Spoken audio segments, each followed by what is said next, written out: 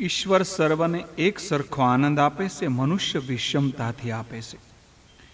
આપવામાં વિષમતા રાખે છે, જીવ જોઈને વિષમતા આપે છે. પરમેશ્વર જોયા વગર આપે છે. ઈશ્વર જીવને લાયક સમજીને આપે છે ત્યારે જીવનો લોભ છૂટે છે, જીવનો મોહ છૂટે છે. અરે, ઈશ્વર આપવા બેસે ત્યારે બે હાથ વાળો લેતા થાકી જાય છે. યજ્ઞ ભોગ, ઈશ્વર યજ્ઞનો ભોગતા છે. યજ્ઞનો આહ્વાન કરવા છતાં પણ ઘણીવાર પરમેશ્વર ભોજન કરતા નથી. ત્યારે આજે સાક્ષાત પરમાત્મા શ્રી કૃષ્ણ બાળકોની સાથે ભોજન કરે છે. પરમાત્માને વશ કરવાનું સાધન છે પ્રેમ. ઉત્તમમાં ઉત્તમ વસ્તુ ભગવાનને આપવી એ જ ભક્તિ છે અને એ જ શુદ્ધ ભાવ છે. ગોપ બાળકો કનૈયાને કહે છે, લાલા, આ જલેબી હું તારા માટે લાવ્યો છું. કનૈયો જવાબ આપે છે, હું એકલો નહીં ખાઉં, થોડું થોડું સર્વને આપો. થોડું હોય તો પણ થોડો ભાગ બીજાને કાઢીને આપજો. બીજો કહે, કનૈયા, મારી માએ તારા માટે બરફી બનાવી. ત્રીજો કહે, કનૈયા, મારી માએ તારા માટે દહીં વડા બનાવ્યા. શ્રી કૃષ્ણ ભોજનમાં વિનોદ કરે છે. ભોજનમાં વિનોદ થાય તો આપણને વિશેષ આનંદ આવે છે. કનૈયો કહે છે, આની માં પણ દહીં વડા જેવી જાડી અને બાપ સુદામા જેવો દુબળો છે. સર્વ બાળકો હસે છે. આ પ્રમાણે ગમ્મત કરતા કરતા બધાએ બાળકોને શ્રી કૃષ્ણ ભગવાન જમાડે છે અને બાળકોની સાથે બેસીને પ્રભુ જમે છે. જીવ જ્યારે સર્વસ્વ છોડી પરમાત્માની સાથે પ્રેમ કરે, પોતાનું અભિમાન છોડે, જીવ જ્યારે જીવપણું ભૂલે ત્યારે ઈશ્વર પણ ઈશ્વરપણું ભૂલી અને જીવની સાથે રમે છે. જીવ અભિમાનમાં હુંપણું રાખે. જીવ માને છે કે હું શાસ્ત્રી, હું પંડિત, હું જ્ઞાની, હું બુદ્ધિશાળી, હું પૈસાવાળો. તો ભગવાન તો તેને કહેશે કે હું તારો દાદો લાગુ છું, તને મારી નથી પડી તો મારે તારે શી પડી છે. પરમાત્માને પ્રસન્ન કરવા હોય તો એની પાસે બાળક જેવા બની જાઓ. આ ભોજન વખતે ભગવાન કેવા શોભતા હતા એનું વર્ણન આપ સાંભળો. એ વખતે શ્રી કૃષ્ણની છટા સર્વથી નિરાળી હતી. તેઓએ કમરની ભેટમાં વાસળી ખોચેલી હતી. શીંગ અને લાકડી બગલમાં દબાવ્યા હતા. ડાબો હાથ ઘીવાળો અને દહીં ભાતનો મધુર કોળિયો હતો અને આંગળીઓમાં ખાવા લાયક ફળોના અથાણા દબાવી રાખ્યા હતા. ગોપ બાળકો તેની સાથે ચારે તરફ ઘેરીને બેઠા હતા અને તેઓ જાતે સર્વની વચમાં બેસીને પોતાના વિનોદભરી વાતોથી પોતાની સાથે ગોપ બાળકોની સાથે બેસીને આ પ્રકારની લીલા કરતા હતા. ભોજન કરી રહ્યા હતા અને સ્વર્ગના દેવતાઓ આશ્ચર્યચકિત થઈને આ અદ્ભુત લીલાઓ જોઈ રહ્યા હતા. મનથી આ લીલાના દર્શન કરો, જીભથી આ લીલાનું વર્ણન કરો, કાનથી આ લીલાને સાંભળો. આ મહાન પવિત્ર લીલા છે. આ વૃંદાવન બની જશે. આ યમુનાનો કિનારો છે. વૃક્ષો ફળથી નમી ગયા. ભગવાન ગ્વાલ મિત્રોની સાથે ભોજન કરે છે. આવી ભાવના તો કરો. ભાવનાથી ભક્તિ તમારી ફળશે. વૈષ્ણવો મનથી વૃંદાવનમાં રહેશે. તમારું મન ગમે ત્યાં હોય પણ મનથી ઠાકોરજીના ચરણમાં રહેજો. ખાવું એ પાપ નથી, પણ ભગવાનને ભૂલી જવા અને જે ભૂલીને ખાય એ પાપ ખાય છે. ભગવાનને અર્પણ કર્યા વગર ખવાય એ પાપ છે. એકાદશી હોય તો ઘણાય લોકો કહે છે કે આજે મારે ઉપવાસ છે, હું કાંઈ લેતો નથી. પછી કોઈ આગળ પાછળ જાય એટલે ફાકડા મારે છે. ખાવું એ પાપ નથી, બીજાને છેતરવું એ જ પાપ છે. આ પહેલા અઘાસુરને ભગવાને મોક્ષ આપ્યો, તેથી બ્રહ્માજી વિસ્મય પામેલા. ભગવાનનું તે કાર્ય બ્રહ્માજીને ન ગમ્યું, તેથી બ્રહ્મા જોવા આવ્યા કે આ કનૈયો છે કોણ. બ્રહ્માજી જ્યારે આવ્યા ત્યારે ઉપર કયા મુજબ શ્રી કૃષ્ણ ગોપ બાળકોની સાથે ભોજન કરી રહ્યા હતા. આ વ્રજ બાળકોમાં એક બ્રાહ્મણનો છોકરો પણ આવતો હતો. એનું નામ હતું મધુમંગલ. મધુમંગલ એ સાંડિલ્ય ઋષિના પુત્ર હતો.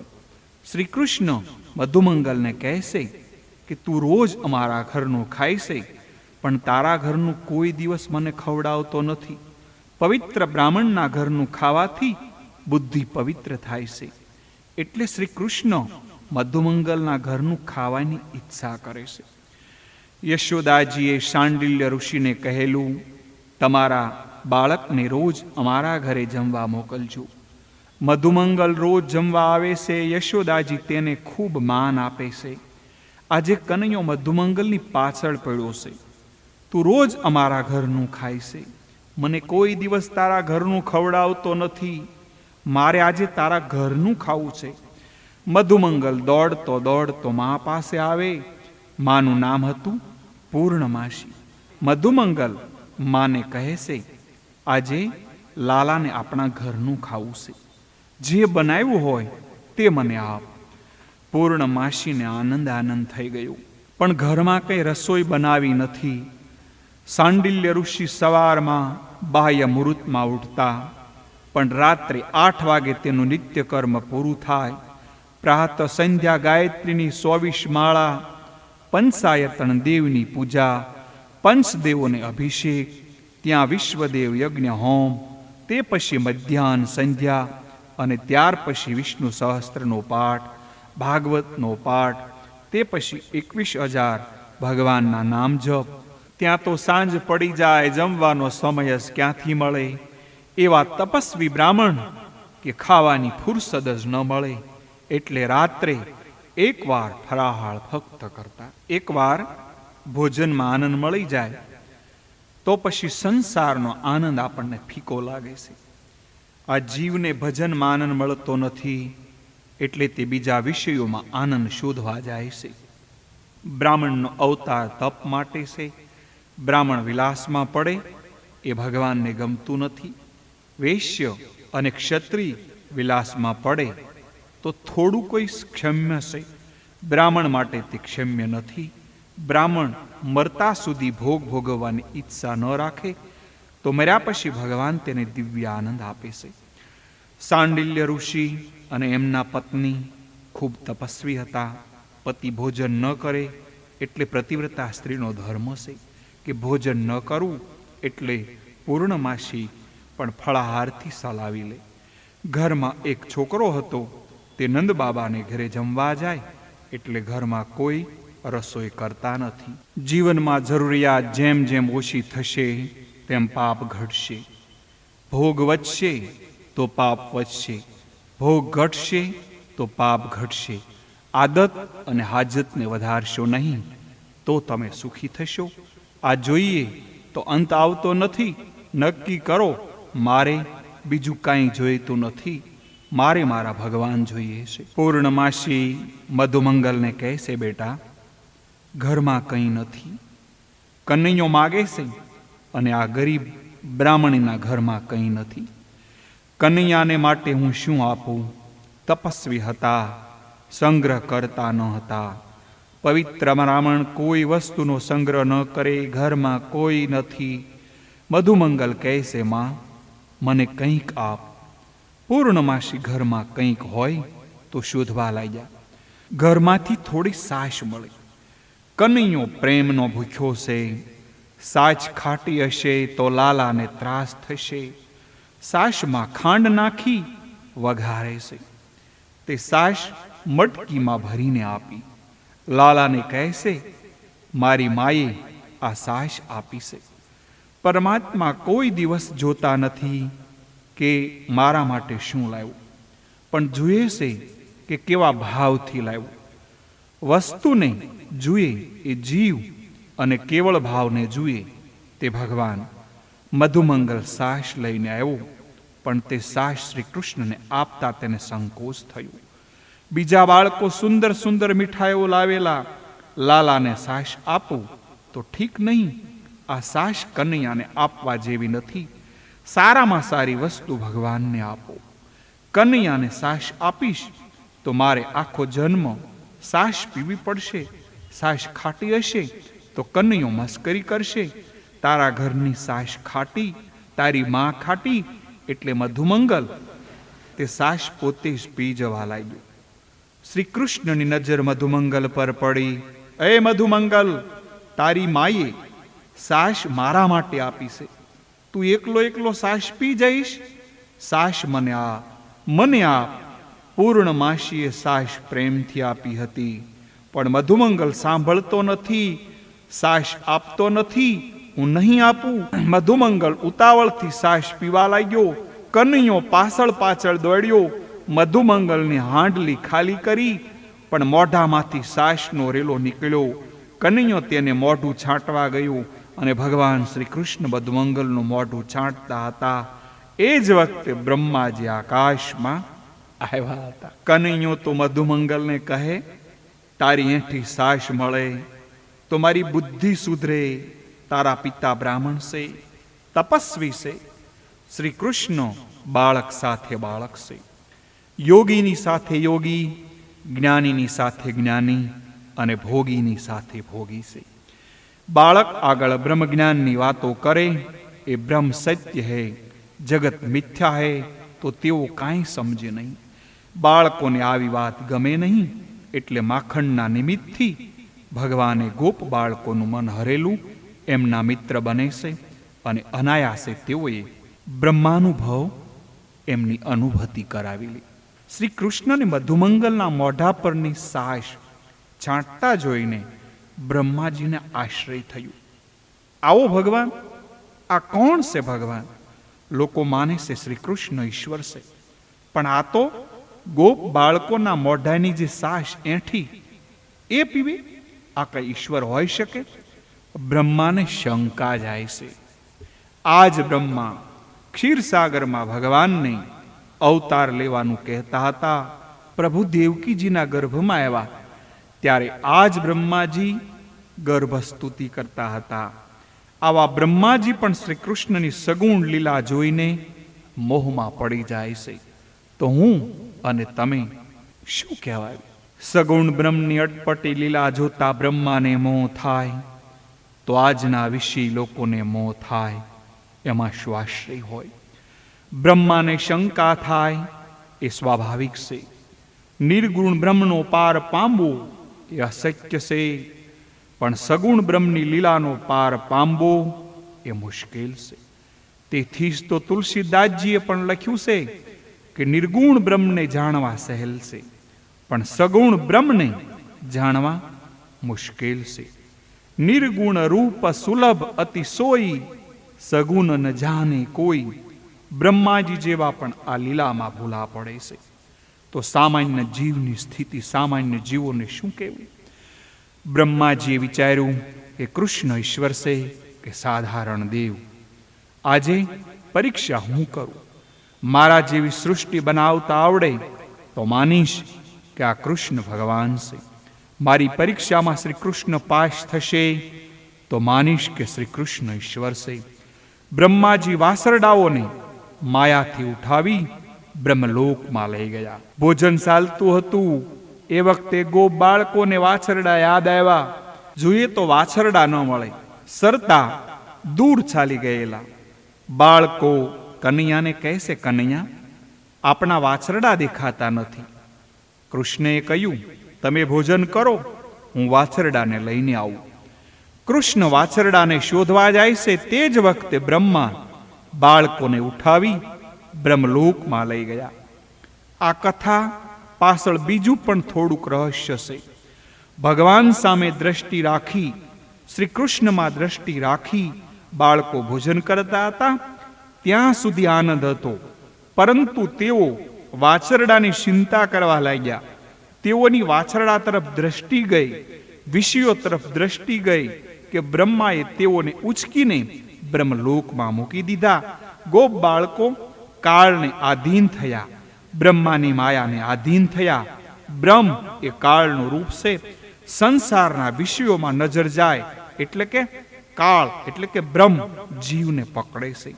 બાળકો શ્રી કૃષ્ણમાં નજર રાખી ભોજન કરે તો બ્રહ્મા પકડી શકે નહીં, પણ જ્યાં વાસરડા તરફ દ્રષ્ટિ ગઈ એટલે બ્રહ્માએ એટલે કે કાળે પકડ્યા છે.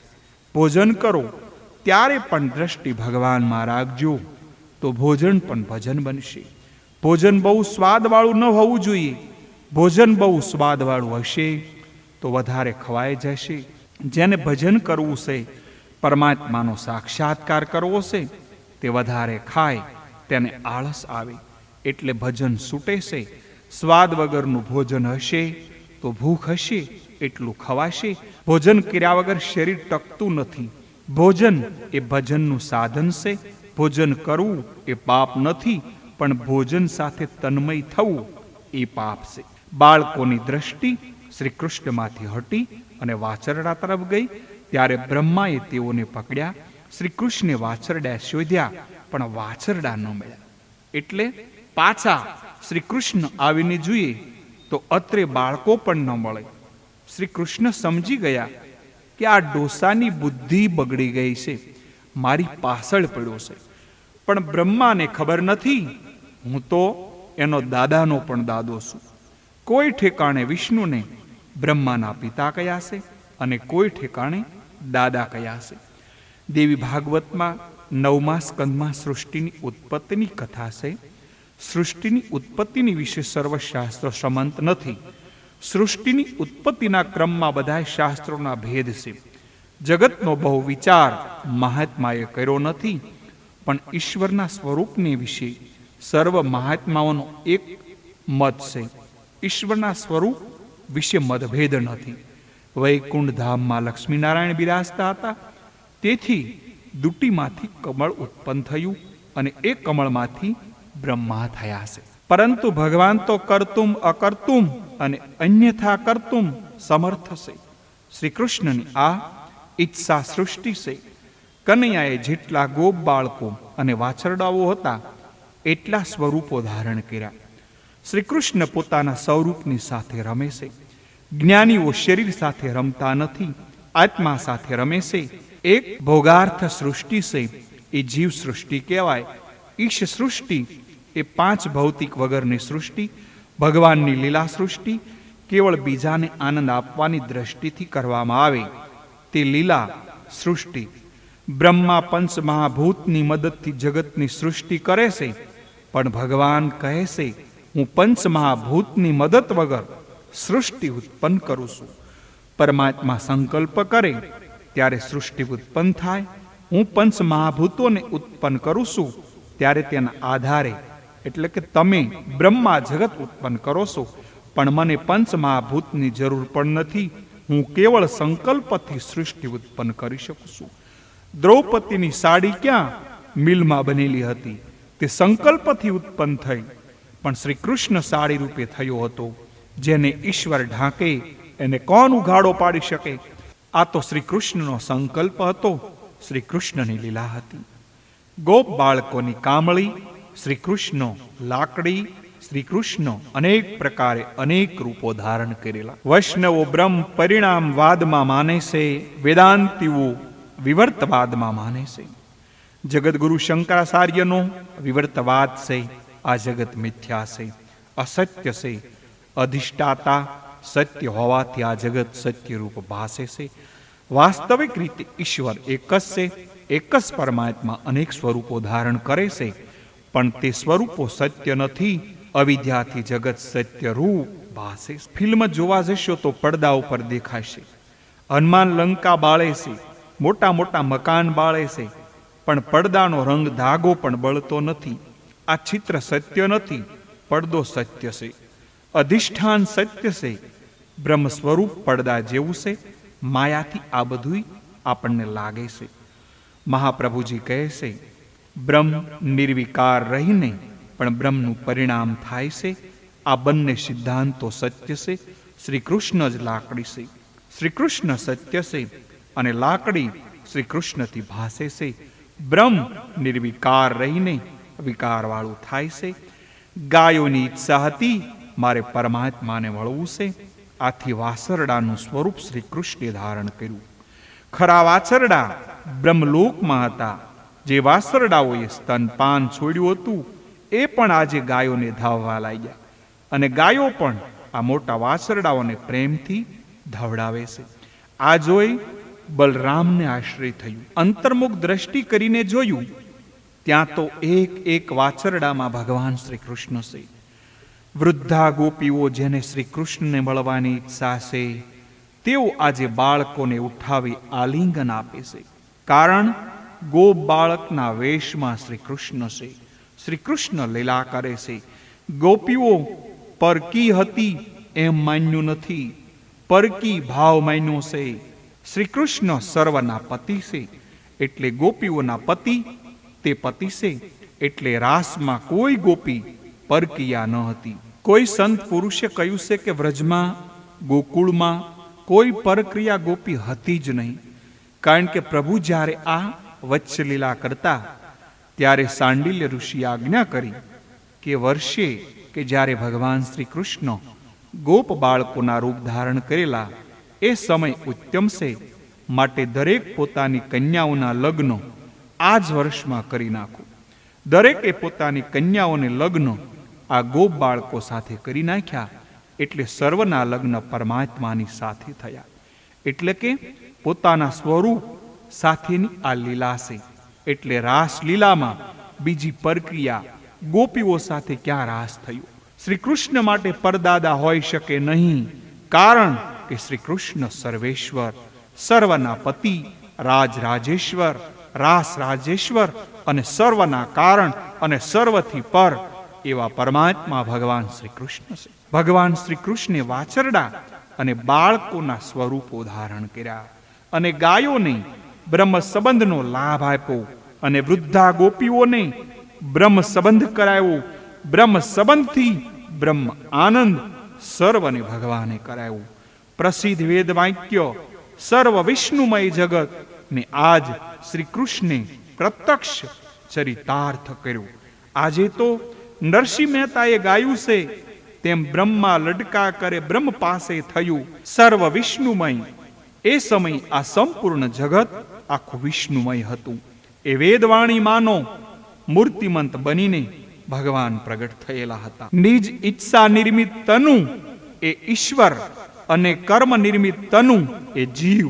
એક વર્ષ સુધી ભગવાને આ પ્રમાણે લીલા કરી હતી. બોલો, આવી લીલા કોઈ શાસ્ત્રમાં તેની સાંભળી છે? ક્યારેય વાંચી છે? અને જો ન વાંચી હોય, ન સાંભળી હોય, તો આ ભગવાન શ્રીમદ ભાગવત એટલે કે આ શ્રીમદ ભાગવતની કથા એ તમે સાંભળો. અહીંયા આ શ્રીમદ ભાગવત એ જ ભગવાન શ્રી કૃષ્ણ છે. એના રૂપે આપણને ભગવાન મળશે એવી મને ખાતરી છે. વ્રજવાસીઓ રાસલીલાના 4 પ્રકાર બતાવે છે. ભાગવતમાં 4 રાસલીલાઓ છે. પહેલું, વેણી ગીતમાં કુમારિકા ગોપીઓ સાથે રાસ. બીજું, યજ્ઞ પત્નીઓના પ્રસંગમાં વિવાહિતમાં ગોપીઓ સાથે રાસ. ત્રીજું, ગોવર્ધન લીલામાં વૃદ્ધ ગોપીઓ સાથે રાસ. અને ચોથું, રાસલીલામાં સંન્યાસીની એટલે કે યોગીઓ રૂપ ગોપીઓ સાથે રાસ રમે છે.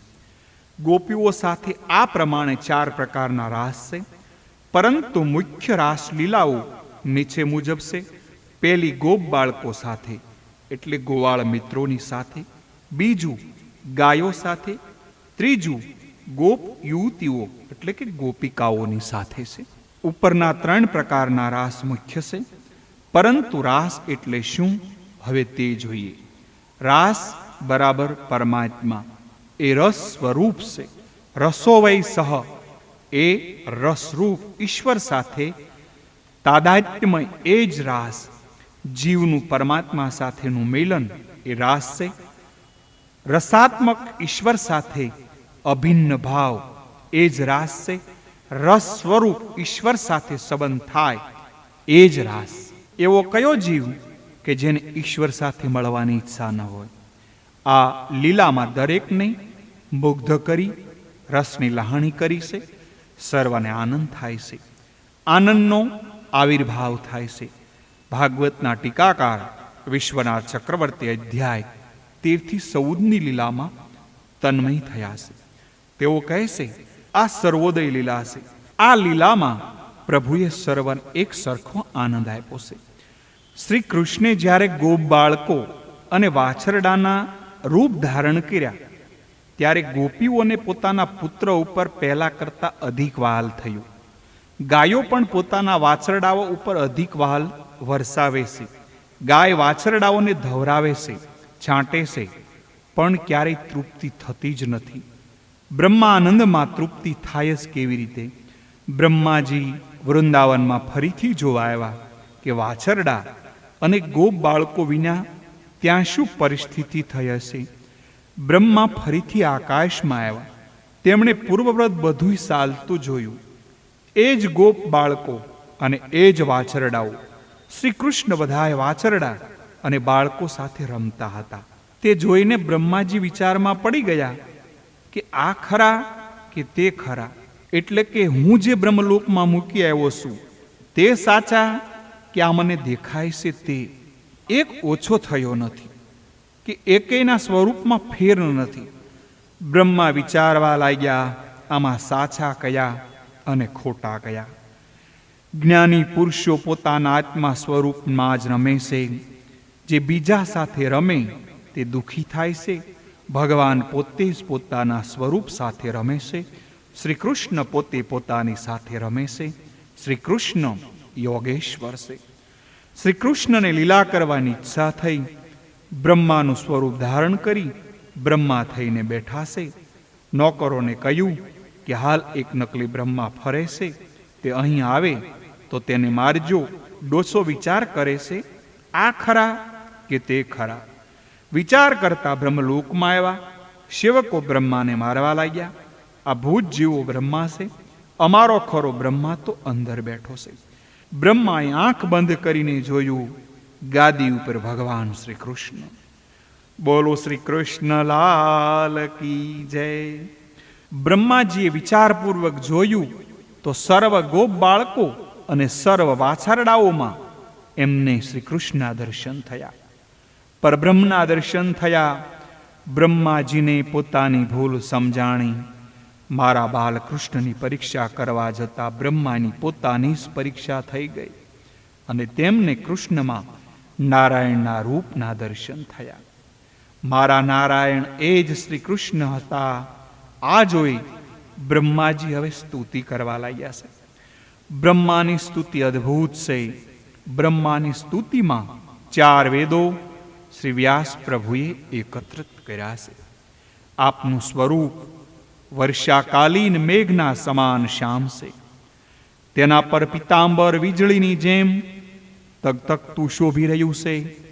કાનમાં સનોઠીના કુંડળ છે અને માથા પર મોરપીંછનો મુગટ છે. આથી આપના મુખની અનોખી છટા છે. વૃક્ષ સ્થળ ઉપર વનમાળા લટકી રહી છે અને હાથમાં દહીં ભાતનો કોળિયો, બગલમાં છડી અને શિંગ તથા કમર ઉપર બાંધેલી ભેટમાં વાંસળી શોભી રહી છે. આપના કમળથી પણ કોમળ શરણો અને ગોપ બાળકોને બધુર વેશ એવા આપ પરમાત્માને હું વંદન કરું છું. મેઘ જેવા શ્રી કૃષ્ણ શ્યામ છે. મેઘનો અને કૃષ્ણનો રંગ એક છે. પરમાત્માએ મેઘ જેવો વર્ણ ધારણ કર્યો છે, કારણ કે મેઘ એ સંત છે. મેઘ ખારું પાણી પી જાય છે અને લોકોને મધુર પાણી આપે છે. ખારું પાણી એ દુઃખનું સ્વરૂપ છે. મધુર પાણી એ સુખનું સ્વરૂપ છે. અતિશય દુઃખ સહન કરી બીજાને સુખ કરે એ સંત. જાતે સુખ ભોગવી બીજાને સુખ આપે તે સજ્જન. પણ સંત નહીં. સંતો જાતે દુઃખ ભોગવીને બીજાને સુખી કરે એ જ સંત. તેઓના ગળામાં ગુંજા માળા છે. યશોદામાં મોતીની કંઠી પહેરાવે છે. તે કનૈયો બીજા બાળકોને આપી દે. ગુંજાની માળા ગળામાં ધારણ કરીને ઘરે આવે. માને કહે, માં આ કંઠી હું લાવ્યો છું. યશોદામાં પૂછે, પણ મોતીની કંઠી ક્યાં ગઈ? કનૈયો જવાબ આપે છે, મોતીની કંઠી આપી દીધી. લાલાને ગુંજામાળા અતિશય પ્રિય છે, એટલે તો શૃંગારની સમાપ્તિમાં ગુંજામાળામાં થાય છે. થોડું આપો છતાં ઘણું માને, એનું નામ ઈશ્વર. પણ ઘણું આપો તેમ છતાં ઓછું માને એ જીવ. થોડું પ્રભુને પ્રેમથી અર્પણ કરજો. કનૈયાના મસ્તક ઉપર મોર પીછ છે. કામ સુખનો જે ત્યાગ કરે તે ઠાકોરજીને ગમે. પરમાત્મા તેને માથે રાખે છે. લૌકિક કામ સુખનો ત્યાગ કરશો તો ભગવાન મસ્તક ઉપર તમને પધરાવશે. મોર શારીરિક સંબંધથી પ્રજોપત્તિ કરતા નથી, તેથી ભગવાન શ્રી કૃષ્ણ મોરના પીંચાને પોતાના મસ્તક ઉપર ધારણ કરે છે. બ્રહ્માજી પરમાત્માની સ્તુતિ કરે છે. આજે જે તમારું સ્વરૂપ છે તે ઈચ્છાથી થયેલ છે. તે પંચ મહાભૂતોથી બનેલું નથી. પરમાત્માનું સ્વરૂપ અપ્રાકૃત અવલૌકિક છે. જીવને જે શરીર મળે છે તે તેના પૂર્વ જન્મના પ્રારબ્ધ કર્મ પ્રમાણે મળે છે. મનુષ્યનું શરીર મળે છે તે તેના કર્મથી તેને મળે છે. પરમાત્મા કર્મથી નહીં પણ સ્વેચ્છાથી શરીર ધારણ કરે છે. પરમાત્મા સ્વેચ્છાથી કે ભક્તોની ઈચ્છાથી પ્રગટ થાય છે. જે નિરાકાર આનંદ હતા તે જ નિરાકાર એટલે કે ભગવાન સાકાર રૂપે પ્રગટ થાય છે. આનંદ શ્રી કૃષ્ણ રૂપે પ્રગટ થયો છે, તેથી શ્રી કૃષ્ણ આનંદ રૂપ છે. આખું સ્વરૂપ આનંદ રૂપ છે. પરમાત્માનું મુખ, ચરણ, હાથ આનંદ રૂપ છે, એટલે કે પરમાત્માનું સ્વરૂપ અવલૌકિક અપ્રાકૃતિક છે. ભગવાન શ્રી કૃષ્ણની બ્રહ્માજીએ જે પરીક્ષા કરી એ બદલ તેઓ પરમાત્માની માફી માગે છે. પોતાના ગર્ભમાંનો બાળક પોતાના પેટમાં લાત મારે તો શું માતા પોતાના બાળક ઉપર ગુસ્સે થશે? ગુસ્સે થવાને બદલે માતા તેઓને આનંદ આપે છે. તે ન્યાયે મારો કોઈ અપરાધ થયો હોય તો મને ક્ષમા કરજો, એમ બ્રહ્માજી ભગવાનને પ્રાર્થના કરે છે. બ્રહ્માજી કહે છે કે મારું શરીર પંચતત્વોનું બનેલું છે, પરંતુ તમારું શરીર પંચતત્વોનું બનેલું નથી. તે તો કેવળ આનંદ સ્વરૂપ છે. ભગવાન આનંદમય છે. ખાંડના રમકડા ખાંડમય હોય તે હાથી નથી કે ઘોડા નથી. ખાંડના હાથીના બે પગ તોડીને છામાં નાખી દો તો તે છા થઈ જાય. રમકડાનો ખાંડનો હાથી ખાંડમય બનતા હોય તેમ નિર્ગુણમાંથી સગુણ થયેલ પરમાત્મા પણ આનંદ રૂપ છે. ભગવાન શ્રી કૃષ્ણનું શરીર પૂર્ણ આનંદમય છે. શ્રી કૃષ્ણથી આનંદ જુદો છે. શ્રી કૃષ્ણ ભગવાન સદાય સાકાર છે અને ભગવાન શ્રી કૃષ્ણ સદાય સાકાર રૂપમાં ભક્તોને આનંદ આપે છે.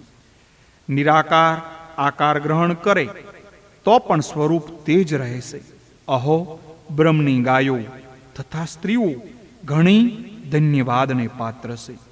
જેઓના દૂધ અને ધાવણ રૂપી અમૃતને હે પ્રભુ આપે વાછરડા તથા છોકરા રૂપ થઈને અત્યંત હેતપૂર્વક પીધા. આપ કે જેને તૃપ્ત કરવા યજ્ઞો પણ હજી સમર્થ થયા નથી. ગોકુળ વૃંદાવનમાં હર કોઈ જન્મે તે મહાભાગ્યશાળી છે. હે કૃષ્ણ, જ્યાં સુધી મનુષ્યો પોતાના ભક્ત બનતા નથી ત્યાં સુધી તેઓના રાગ દ્વેષ વગેરે છોર રૂપે પણ કેદખાનું અને મોહ પગની બેડે જેવા છે.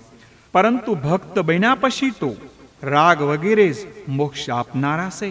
સર્વ પ્રાણીઓને આત્મા શ્રી કૃષ્ણ છે.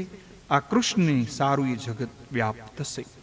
જે મનુષ્ય મુરારી ભગવાનના ચરણ પલ્લવરૂપ વાહનનો આશ્રય કરે છે તેઓને માટે આ સંસાર સમુદ્ર વાછરડાના પગલા જેટલો ઊંચો છે. એટલે કે તેઓને માટે સંસાર સમુદ્ર બિલકુલ ઊંડો નથી. એના વિના પ્રયાસે સંસાર સાગર તરી જાય છે. ભક્તિ વગર કેવળ જ્ઞાન મેળવવા પ્રયત્ન કરે તો તે ફોતરા ખાંડવા જેવું છે. તેમાં કાંઈ ફળ મળે નહીં. ભક્તિ જ મોક્ષ આપનારી છે. બ્રહ્માજી વંદન કરી સ્તુતિ કરી ક્ષમા માગે છે. બ્રહ્માજીએ ભોજનમાં ભંગ કરેલો એટલે સ્તુતિ પૂરી થઈ. તો પણ બ્રહ્મા સાથે ભગવાન બોલતા નથી. કોઈના ભોજનમાં ભંગ અને નિંદ્રામાં ભંગ એ પાપ છે. બ્રહ્મલોકના બાળકો સૂતેલા છે. તેઓ 1 વર્ષ પછી જાગ્યા એટલે તેઓને થયું કે લીલા આજે થઈ છે. 1 વર્ષ આ પ્રમાણે આ લીલા ચાલી એટલે અઘાસુરની વધની કથા 1 વર્ષ પછી ગોપ બાળકોએ પોતાની માતાને કહેલી. કેટલાક મહાત્માઓ આને બ્રહ્મા મોહ નિવારણ લીલા કહે છે. ત્યારે શ્રીધર સ્વામી આ લીલાનું નામ સર્વોદય લીલા રાખ્યું છે. જે આનંદ નંદ યશોદાને આપ્યો તેવો આનંદ ગાયોને વાછરડાઓને, ગોપીઓને, ગોપ બાળકોને આપ્યો. માટે આ સર્વોદય લીલા છે.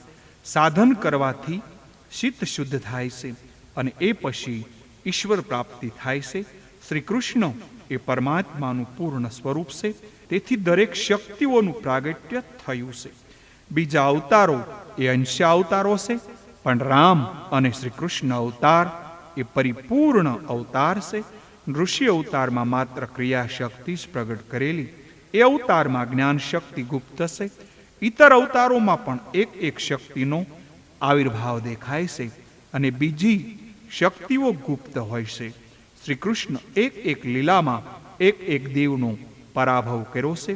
વત્સ લીલામાં બ્રહ્માનું અભિમાન ઉતાર્યું, બ્રહ્માનો પરાભવ કર્યો. ગોવર્ધન લીલામાં ઇન્દ્રનું અભિમાન ઉતાર્યું, એનો પણ પરાભવ કર્યો. રાસલીલામાં કામનું અભિમાન ઉતાર્યું અને કામનો પણ પરાભવ કર્યો. એક દિવસ કનૈયો માને છે કે માં, હું હવે મોટો થયો છું,